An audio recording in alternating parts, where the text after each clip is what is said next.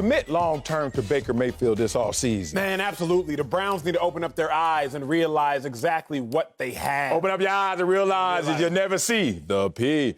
What's that? God, you are young. Whose song is that? Tupac. Okay. Oh, now you feel bad. Okay. Three movies you don't know and Tupac. No, here's the thing, bro. Again, I grew up in a Nigerian household, okay? We weren't bumping Tupac. My mom and dad came from Nigeria in about the late 70s, early 80s. They were bumping Voice of the Cross. That's a true story. They were. Anyway. Acho listening to over there. The Browns need to wake up and realize who and what they have in Baker. So, I'm going to just cut to the chase, save y'all all the shenanigans.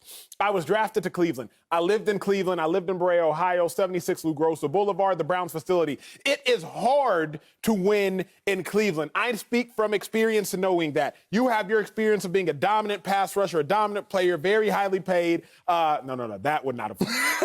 That's why I'm here right now. That's why I'm sitting here. I speak from experience. Yo, it's hard to win there. Yeah. Browns fans, let me tell you what Baker Mayfield has done.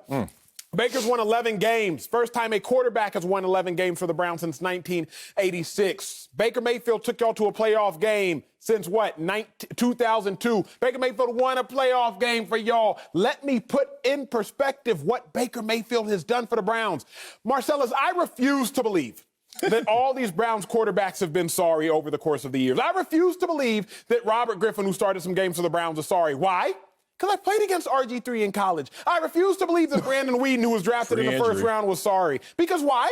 I played against Brandon Weeden in college. Then I saw him in Cleveland the very next year. I refuse to believe that Colt McCoy, Tim Couch, all these dudes were sorry. So what is going on in Cleveland?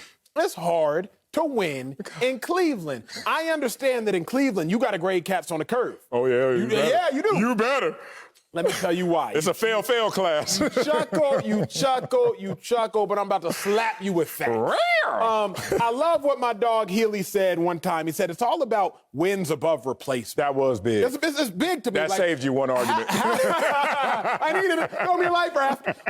Wins above replacement. That's big. What are you doing versus a person you replaced did? Okay, so let's stay in division first. Baltimore Ravens. Lamar Jackson is doing his thing. Yes. 30-7 as a starter. My goodness.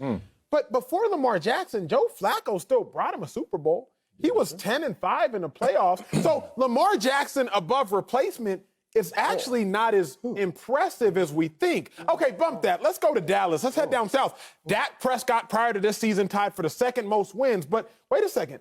Dak's win percentage is 60%. Tony Romo's was 61%. Dak is 1-2 in the playoffs. Romo was 2-4 in the playoffs. So above replacement, Dak Prescott, Marcellus, actually isn't that impressive. Wait, Lamar Jackson above replacement actually isn't that impressive. But Baker Mayfield above replacement or replacements, because no quarterback in Cleveland has started 2 consecutive seasons since the late 70s. Baker Mayfield above replacements is actually more impressive than the latter, too. So we have to put respect on his name, and the Browns should commit to Baker. Man, they better not commit to Baker Mayfield, giving me these college comps. Did you play against Manziel in college? How'd that look? I didn't. Okay, because, boy, I don't give a damn what you did at the collegiate level. It matters at the NFL level, and it's a level playing field. You act like the atmosphere is different in Cleveland. Like it is. Boy, I played for 4 different teams, and if you got the ballers, you're going to put up numbers. I played for Jacksonville. Historically, probably a bad franchise, especially of late. Jacksonville was just in the AFC Championship game. You know why? Because they balled that year. All you got to do is ball. And Baker Mayfield is not a consistent baller. Talk to me. Go Let's be real. Baker Mayfield, he needs more time to bake. Like in the oven. All right, right now, let's open up the oven. Still a little too runny. As in running game. Oh, number 3 running game, but number 24 passing game. Nah, Baker Mayfield, not good enough. The only thing you consistent at being is inconsistent. This is why you shouldn't commit long-term to Baker Mayfield. Be prudent, as the article said, and give him another year to see if he can support a good year with another good year.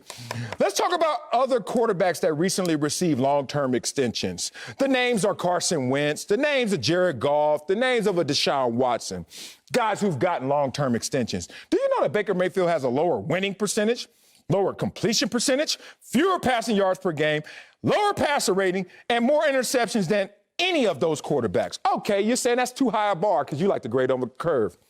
Let's go to your class. Fail class. Let's talk about the guys who didn't get long-term extensions. I don't know. Mitch Trubisky. Oh, damn it. Do you know that Baker Mayfield has a worse winning percentage than even Mitch Trubisky had in his first 3 seasons with the Bears? Yuck. Okay, let's talk about somebody else. Marcus Mariota. He's a starter, right? Nope.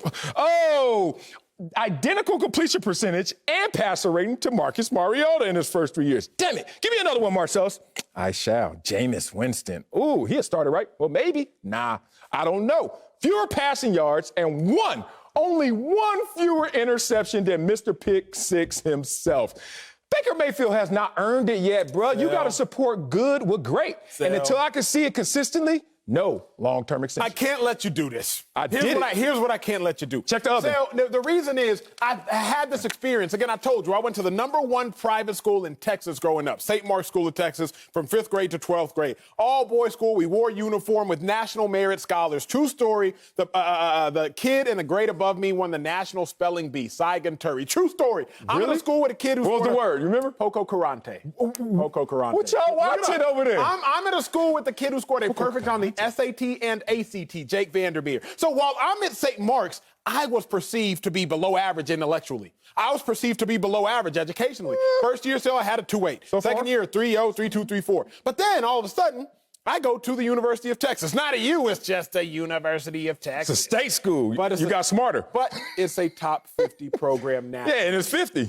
No, it's 48. Now, with that being said, Sal, if you just look at how I performed in this isolated atmosphere of St. Mark's, you would be like, oh, Acho ain't no good. Acho an idiot. But let me meander over to another school in the Metroplex. Let me meander over to another school where it's easier to score high grades on. All of a sudden, no. Acho might actually be a genius.